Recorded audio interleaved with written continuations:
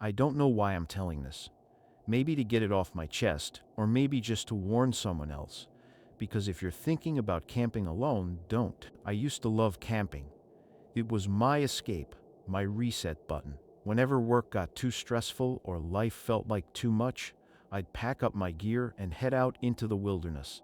I craved the solitude, the quiet, just me, a tent, and the sounds of nature. That's how it started this time, too. I'd been working 60-hour weeks, my boss breathing down my neck, my phone constantly buzzing with emails. I needed a break. So, on a Friday afternoon, I turned off my phone, threw my gear in the car, and drove out to a spot I'd found a couple of years ago. It wasn't on any maps, a friend had shown it to me. A clearing by a lake, miles from the nearest road. Perfect. I got there just before sunset. The air was crisp, the sky painted in oranges and purples. Setting up the tent felt like a ritual, poles, stakes, tarp, everything in its place. By the time I was done, it was dark, and the only light came from my lantern and the stars overhead. I cooked a quick dinner on my portable stove and ate by the fire, listening to the forest. Crickets, the occasional rustle of leaves, the distant hot of an owl. It was peaceful, but as the fire died down and the woods fell silent, that peace started to feel unnatural. The first night, I woke up sometime after midnight. At first, I didn't know what had pulled me from sleep. The woods were quiet, the kind of quiet that feels wrong. No wind, no insects, just silence. Then I heard it, a faint snapping sound, like a branch breaking underfoot. I froze, straining to hear. It was faint, but it was there. Slow, deliberate crunches moving closer. I reached for the knife I always kept in my pack, my pulse hammering in my ears. My mind raced through possibilities. A deer, a raccoon, maybe even a bear. But whatever it was, it wasn't scurrying or bounding. It was walking. The footsteps stopped just outside my tent. I held my breath, gripping the knife so tightly my hand ached. The seconds dragged on, and then, just as suddenly as they'd started, the footsteps moved away, fading into the distance. I didn't sleep the rest of the night. The morning after, when the sun finally rose, I felt a rush of relief. Daylight had a way of making everything seem normal again. Still, I couldn't shake the unease. I checked the area around my tent, looking for tracks or any sign of what had been out there. I didn't find anything, no prints, no disturbed grass. I told myself I'd imagined it, that the stress I'd been trying to escape had followed me into the woods, twisting shadows and sounds into something they weren't. By mid-morning, I'd almost convinced myself it was nothing. Then I found the cigarette butt. It was near the edge of the clearing, half buried in the dirt. I didn't smoke, and no one else was supposed to know about this spot. The realization sent a chill down my spine. I decided to spend the day hiking, putting some distance between myself and the camp. The forest was dense, the trails barely visible under layers of fallen leaves. As I walked, I tried to focus on the scenery, the way sunlight filtered through the branches, the smell of pine and earth. But every so often, I'd stop and listen, and each time, I thought I heard it, the faint crunch of footsteps far behind me. I'd turn, scanning the trees, but there was never anything there. The second night, by the time I got back to camp, the sun was dipping below the horizon. I rebuilt the fire, trying to shake the growing sense of unease. As darkness fell, the woods came alive with sound again, crickets chirping, leaves rustling in the breeze. It was almost comforting until I heard it, a single, deliberate snap. I froze, every muscle in my body tensing. The firelight flickered, casting dancing shadows across the trees. "Hello?" I called out, my voice sounding weak and small. Nothing. Then came the footsteps. Slow, steady, circling the edge of the clearing. I stood, holding my knife in one hand and a flashlight in the other, scanning the darkness. My beam caught nothing but trees and empty space. And then, just as suddenly as they'd started, the footsteps stopped. I didn't sleep that night either. By dawn, I'd made up my mind I was leaving. I packed up my gear in record time. barely pausing to eat. By the time I set off down the trail, the sun was high and the forest felt almost welcoming again. Almost. About a mile from the clearing, I found something that stopped me in my tracks. It was a piece of fabric caught on a low branch. My fabric. It was from the corner of my tent. A clean rip, as if someone had cut it with a knife. My chest tightened, and I fought the urge to run. I kept moving, faster now, my eyes darting to every shadow, every flicker of movement. And then I heard it again, the footsteps. They were closer this time, matching my pace. When I sped up, so did they. When I slowed, they slowed. Panic surged through me, and I broke into a run. The trail blurred as I sprinted, branches clawing at my arms and face. I didn't stop until I saw the car. I threw my pack into the back seat and climbed in, locking the doors behind me. My hands shook as I fumbled with the keys, starting the engine and peeling out onto the dirt road. As I drove away, I glanced in the rearview mirror. Standing at the edge of the trail, just where the trees met the road, was a figure. They didn't move, didn't chase me. They just stood there, watching. I haven't been camping since. Camping was never really my thing. I'm more of a creature comforts guy. Netflix, pizza delivery, and a reliable Wi-Fi connection. But when my old college buddy Mike called me up, pitching a weekend camping trip to relive the good old days, I couldn't say no. He was persuasive like that, always able to sell you on an idea that sounded better than it turned out. This time, it was a trip to a secluded state park. Mike swore by it, calling it the ultimate escape. No cell service, no crowds, just miles of forest and a perfect little campsite by a stream. I didn't love the idea of being so cut off, but Mike promised it'd be good for me. 3 days to detox from modern life, he said. If only it were that simple. Day 1. Arrival. We set out early on a Friday morning. Just me, Mike, and his girlfriend, Sarah. The drive to the park took hours. The kind of backroads journey where the gas stations get sketchier the further you go. By the time we reached the trailhead, it was late afternoon. The hike in was grueling, our gear weighing us down as we navigated uneven trails and thick underbrush. But the spot Mike picked was as advertised, a small clearing next to a babbling stream, completely cut off from the rest of the world. We set up camp quickly, pitching 2 tents, one for Mike and Sarah, and one for me. The fire pit was already there, and we soon had a decent blaze going. The first night was peaceful, the kind of quiet you don't get in the city. Just the crackle of the fire, the chirp of crickets, and the occasional rustle of wind in the trees. But even then, something felt off. I couldn't put my finger on it. Maybe it was the way the forest seemed too still at times, the way the shadows stretched too far under the firelight. Or maybe it was just me, already regretting coming out here. Day 2. The first sign. The next morning, Mike decided we should explore the area.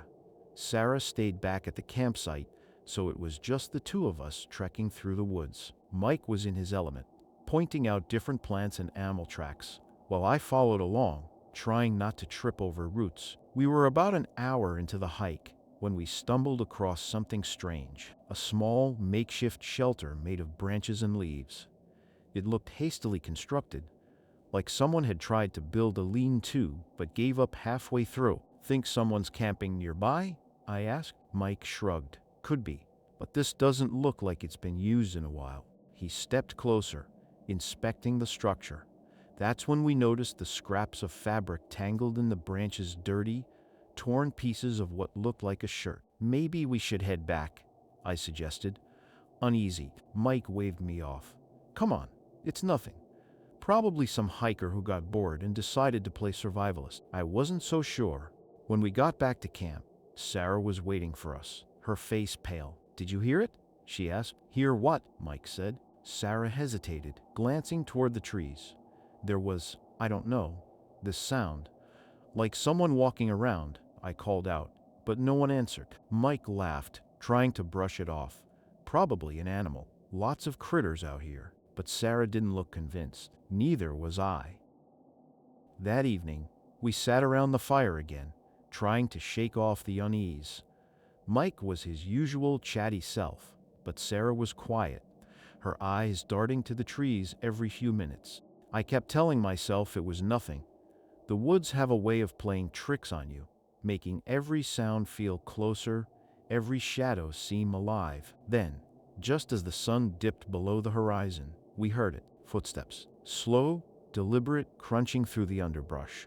We all froze, staring into the darkness beyond the firelight. "Hello," Mike called out, his voice steady but loud. No response.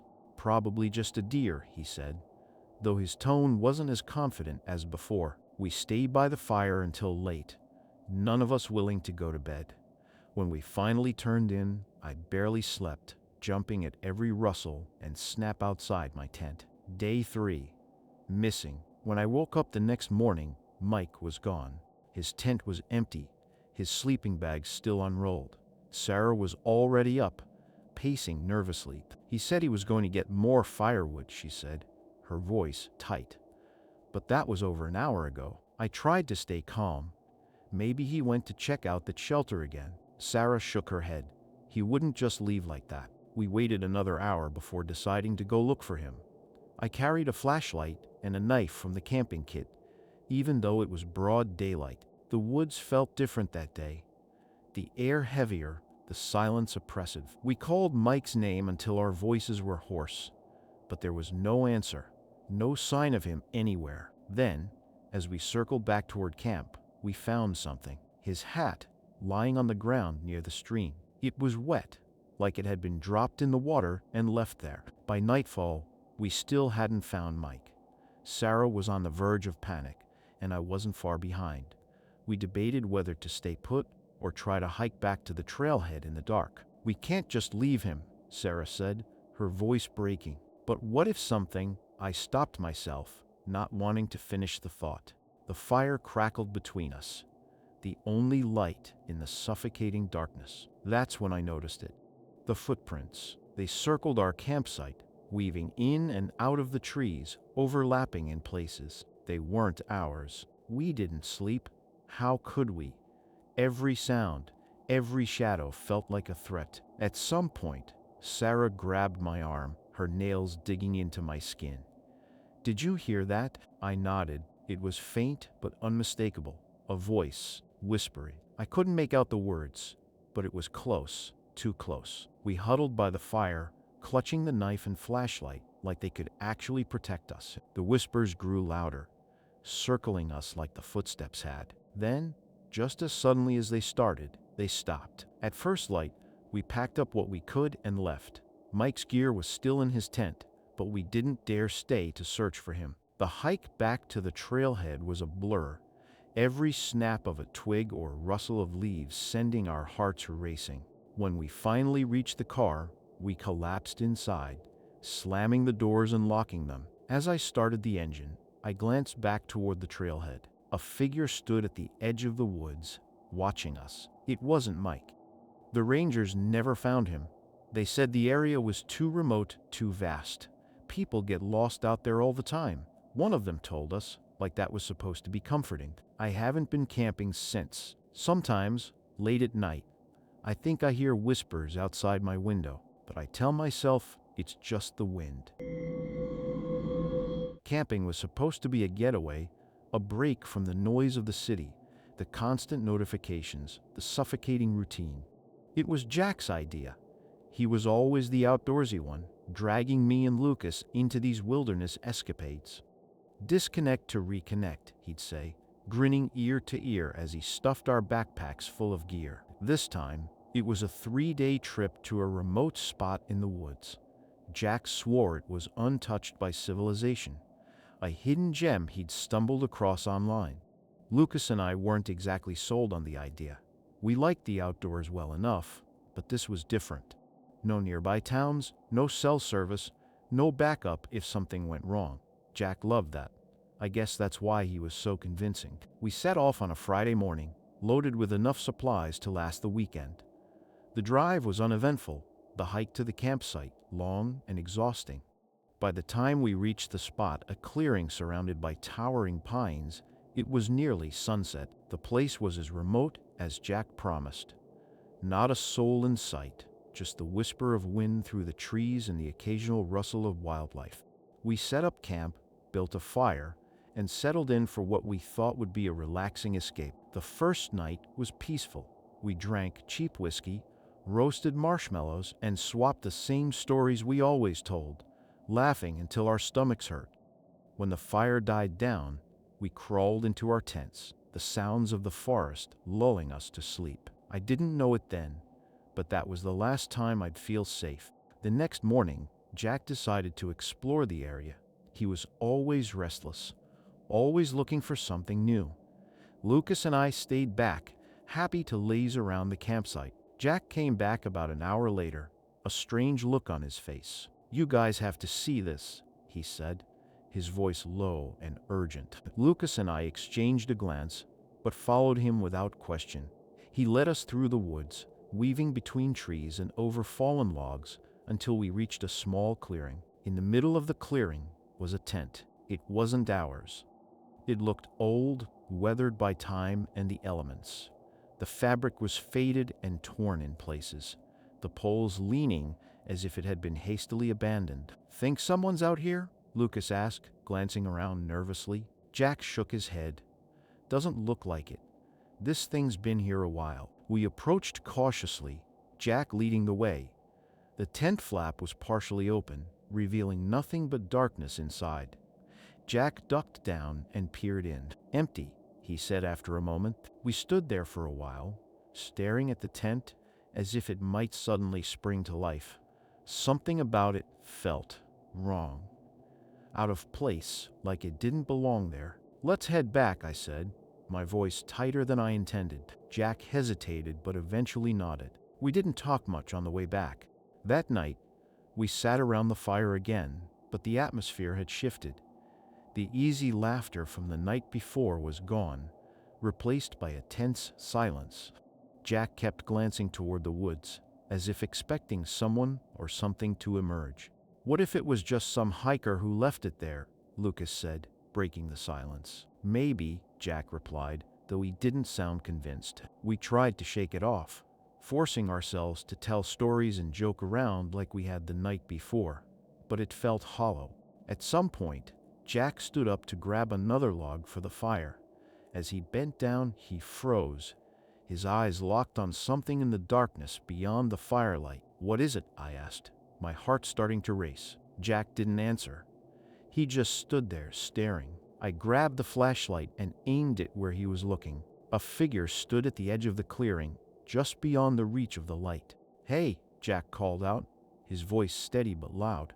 "Who's there?" The figure didn't move. "Maybe it's a hunter," Lucas whispered, though he didn't sound like he believed it. Jack took a step forward, and the figure turned and disappeared into the woods. We spent the rest of the night on edge, jumping at every sound. None of us slept. By morning, we were ready to leave. Jack, who had been so gung-ho about the trip, was the first to suggest packing up.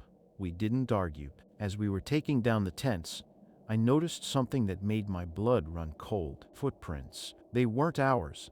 They circled our campsite, overlapping in places as if someone or something had been pacing around while we slept. "Jack," I called, trying to keep my voice steady. He came over, and his face paled when he saw the tracks. "Let's get out of here," he said, his voice barely above a whisper. We packed up in record time, each of us constantly looking over our shoulders. By the time we hit the trail, I felt like I couldn't breathe. The hike back to the car was supposed to take 2 hours. We made it halfway when we realized something was wrong. The trail looked different. "I swear we came this way," Jack said, his voice shaking. "Then why does it feel like we're going in circles?" Lucas snapped. We stopped to get our bearings, pulling out the map Jack had brought. But no matter how much we studied it, we couldn't make sense of where we were. That's when we heard it. Footsteps. They were faint at first, distant, but they grew louder, closer. "Who's there?" Jack shouted, spinning around. No answer. The footsteps stopped. Then, from somewhere in the trees, we heard a low, guttural laugh. We ran. By some miracle, we found the car just as the sun was setting. We piled in, slamming the doors and locking them.